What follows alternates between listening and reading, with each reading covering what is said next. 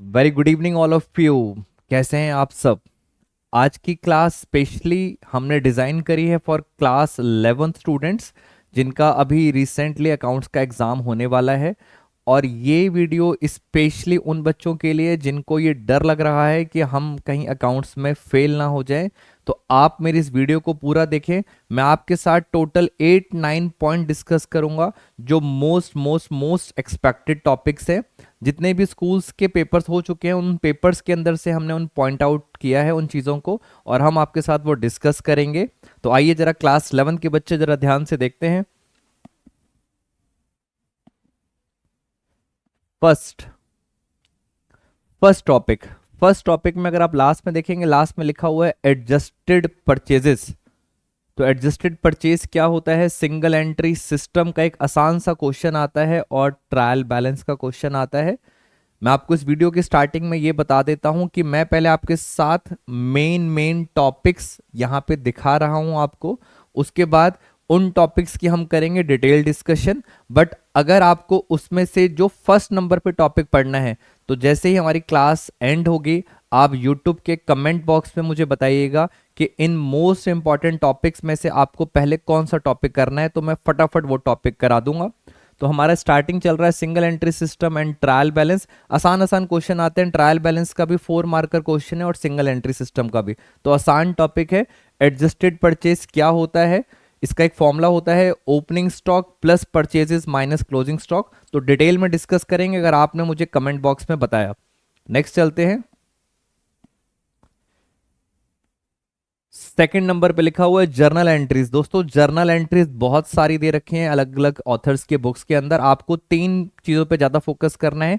Opening entries क्या होती हैं जर्नल एंट्री, क्लोजिंग एंट्रीज क्या होती हैं, और बीच में होती हैं कुछ एडजस्टमेंट एंट्रीज जैसे आउटस्टैंडिंग एक्सपेंस की, prepaid expense, advance received income. तो ये एंट्रीज क्या होती हैं फटाफट देखेंगे बुक्स के अंदर। और अगर नहीं समझ आता तो कमेंट बॉक्स पे मिलते हैं आपके साथ। आप बस टॉपिक लिखना, मैं आपको पूरा का पूरा डिटेल स्ट्रक्चर इसका बताऊंगा। नेक्स्ट टॉपिक है bad debts and provision for doubtful debts. ये bad debts and provision for doubtful debts 3 mark का क्वेश्चन आएगा। या तो इसका लेजर का ट्रीटमेंट आएगा या इसके ऊपर आएगी जर्नल एंट्रीज। तो फाइनल अकाउंट्स का टॉपिक है।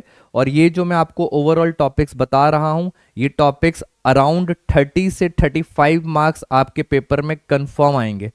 तो आपका ओवरऑल जिन बच्चों को डर लग रहा है पास करने का, सिर्फ इस वीडियो को देखें और ये चीज खत्म हो जाएगी। नेक्स्ट पे चलते हैं।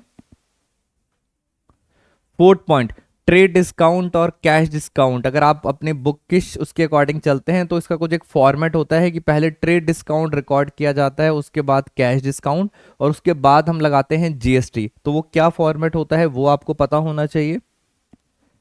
Next topic manager commission. Again final accounts का टॉपिक है। मैनेजर कमीशन में कुछ बिफोर और आफ्टर होता है, क्लिक करने की कोशिश कीजिए। नहीं समझ आता तो मैं पूरा का पूरा डिटेल में आपके साथ डिस्कस करूंगा।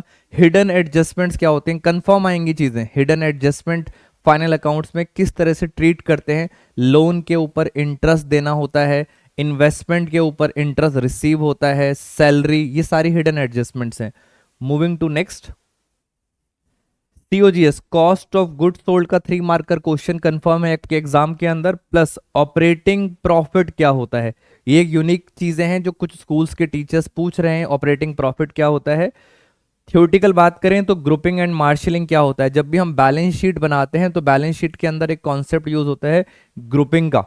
ग्रुपिंग का मतलब non current assets, current assets, कुछ इस तरह की बातें होती हैं। मार्शलिंग का मतलब होता है कि उनका सीक्वेंस आपको कैसे कैसे अरेंज करना है।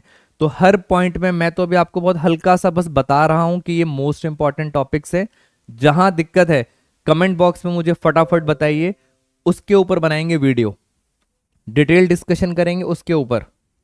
Moving to next point number 7, provision and reserve के ऊपर एक अलग से चैप्टर है। और ये बहुत सारे पेपर्स के अंदर क्वेश्चन आया है कि सर डिफरेंस क्या होता है, प्रोविजन और रिजर्व क्या होते हैं। कैश बेसिस और एक्रूअल बेसिस के ऊपर भी चैप्टर है। इसका मतलब क्या होता है, कौन सी ट्रांजेक्शन्स कैश पे रिकॉर्ड होती हैं, कौन सी ट्रांजेक्शन्स एक्रूअल पे रिकॉर्ड होती हैं। और आई थिंक लास्ट टॉपिक है आपका कैश बुक। कैश बुक के अंदर बड़ी सारी ट्रांजेक्शन्स होती हैं। जो हिट हिट लिस्ट के अंदर है वो है whenever you receive check.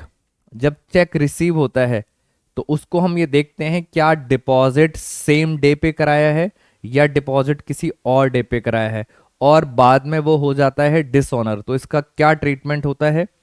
Plus last में लिखा है रिटेन्ड कैश बैलेंस। पेपर में आता है क्वेश्चन कि कुछ बैलेंस कैश में रखना है, बाकी का सारा बैलेंस ट्रांसफर करना है बैंक अकाउंट के अंदर, तो this is called Contra entry. तो ये जो मैंने आपके साथ 8 पॉइंट्स यहाँ पे डिस्कस कर रखे हैं, इन 8 पॉइंट्स की ओवरऑल वेटेज 30 से लेके 35 मार्क्स है। तो जिन बच्चों को अभी भी डर लग रहा है अकाउंट्स में दोस्तों, सिर्फ इनसे स्टार्ट करो और यूट्यूब कमेंट बॉक्स में बताओ किस टॉपिक पर आपको ज़्यादा के ज़्यादा पॉइंट्स है। आज की क्लास में फ्रेंड्स इतना ही। Thank you so much all of you.